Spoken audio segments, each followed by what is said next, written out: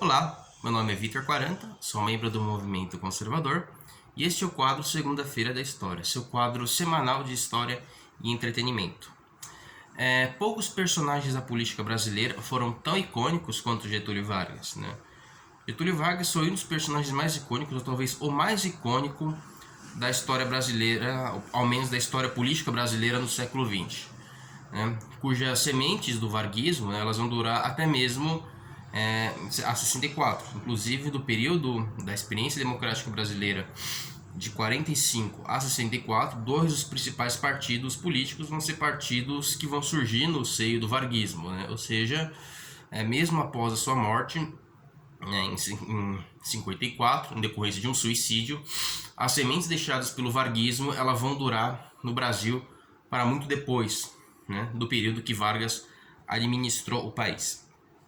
Bom, para nós compreendermos a política brasileira desse período, nós temos duas formas, né? Nós podemos partir tanto do estudo das oligarquias brasileiras, né, das oligarquias de primeira monta, que eram as oligarquias paulista e mineira, né, do período da Primeira República, né, ou da República Velha, que vai durar ali de 85, de 1898, né, até 1930, ou podemos estudar pela perspectiva da oligarquia rio-grandense, né? Eu vou tentar fazer um estudo comparativo dos dois casos.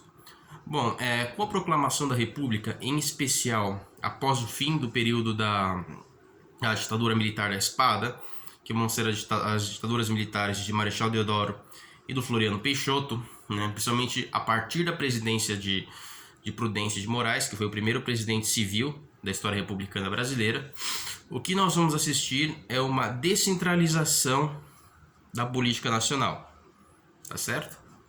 Se durante o Império nós tivemos de fato uma centralização no Rio de Janeiro, no período republicano nós vamos ter uma descentralização da política, em que as oligarquias regionais elas vão ter grande força em seus respectivos estados, né? Vão inclusive realizar acordos de uma oligarquia com outras oligarquias.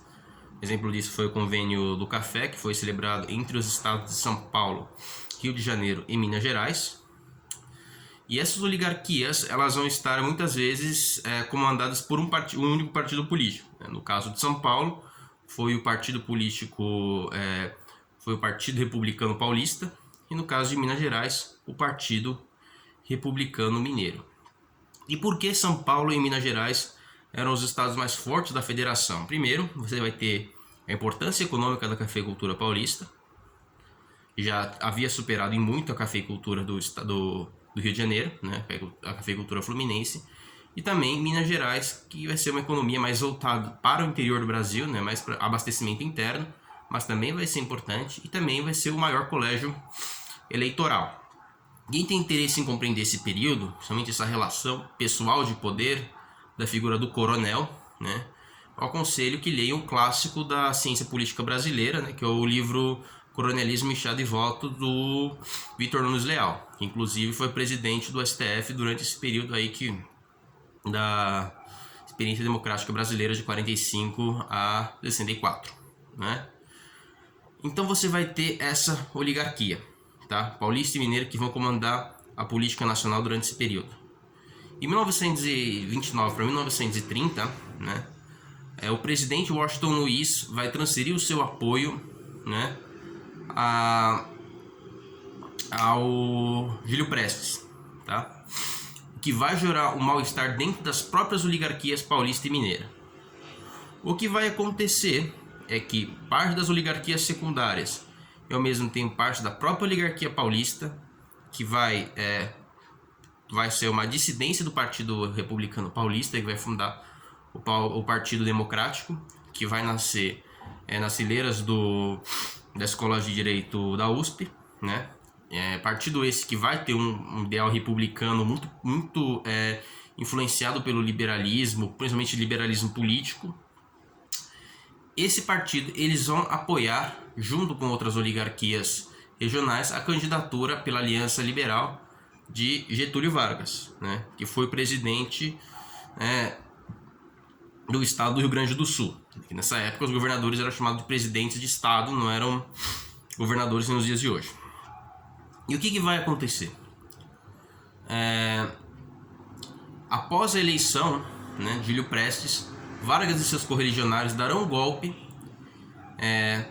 Washington Luiz, né, e outros correligionários serão obrigados a se exilar e eles implementarão um governo provisório.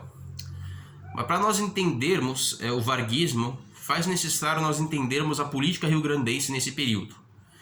Desde a proclamação da República até a década de 30, o que vai comandar a política rio-grandense será aquilo que alguns historiadores chamam de castilismo.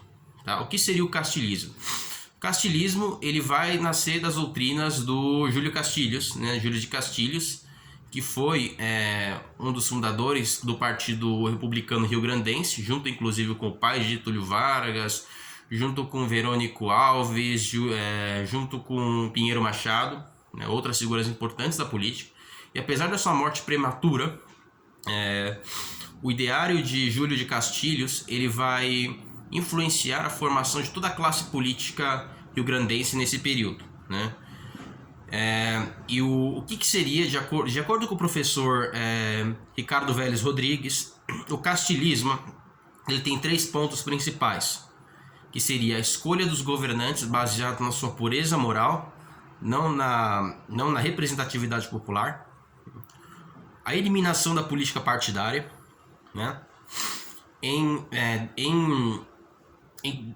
Em troca da política da virtude, e o governante ele vai surgir na doutrina castilhista como regulador da sociedade, né? O Estado ele vai ser transformado como um vetor de transformação da sociedade, né?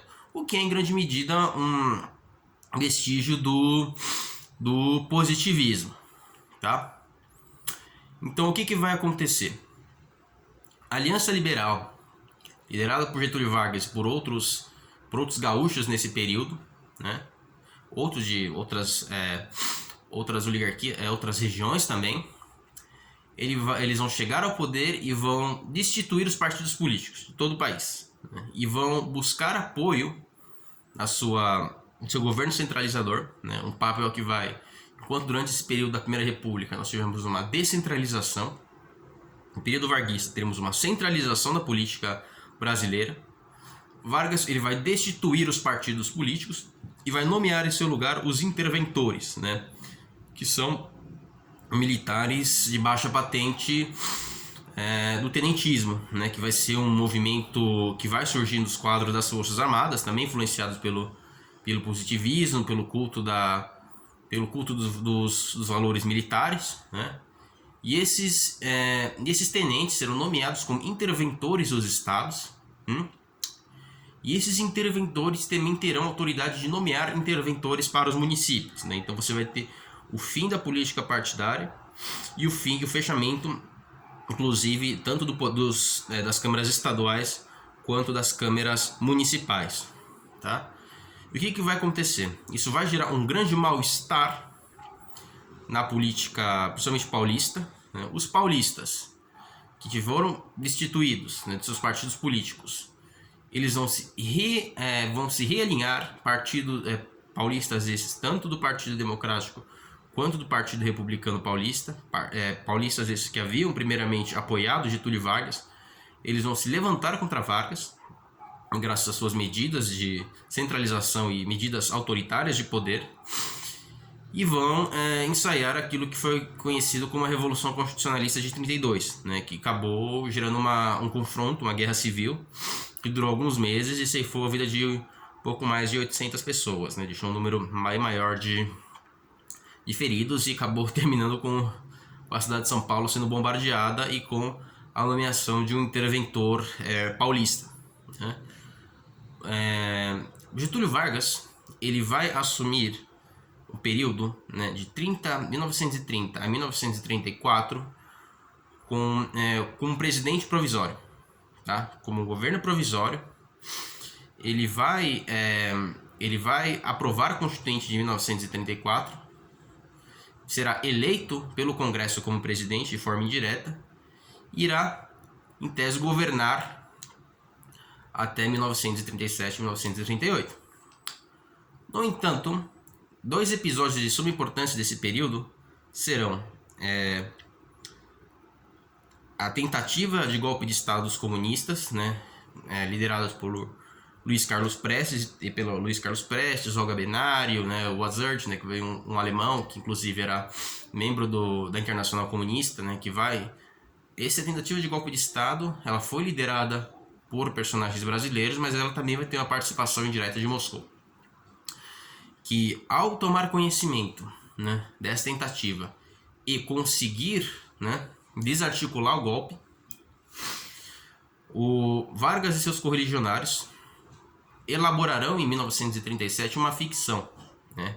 Ficção essa que vai ser conhecida como Plano Cohen, liderada pelo militar Olímpio Mourão Filho, militar esse que também vai ter uma participação quando os militares tomaram o poder em 64, né? Quando você vai ter ali a saída de Goulart e posterior nomeação de Castelo Branco como presidente da República. O que vai acontecer é que após a Constituição de 37, que é muito similar inclusive à Constituição rio-grandense de 1891, você vai ter a consolidação de um Estado bastante autoritário, né? Talvez mais próximo que o Brasil teve de um regime fascista, né? Não foi necessariamente, não foi um regime fascista, mas foi bastante próximo de um fascismo. E você vai ter a primeira, talvez única, ditadura personalista da história do Brasil, tá? Não vai ser uma ditadura institucionalista, como foi o regime militar, ou mesmo a ditadura da espada, ou mesmo outros períodos republicanos que foram administrados por essa oligarquia entre aspas do café com leite, né? Que foi a oligarquia da Primeira República. Vai ser a primeira ditadura personalista que você teve na história do Brasil. E ao mesmo tempo você vai ter a criação do Departamento de Imprensa e Propaganda, tá? Em que esse Departamento de Imprensa e Propaganda vai se criar a figura do Getúlio Vargas como pai dos pobres, né? Então você vai ter a criação de um culto à personalidade de Vargas, que vai se dar em especial graças às suas legislações sociais, né? Então você vai ter, por exemplo,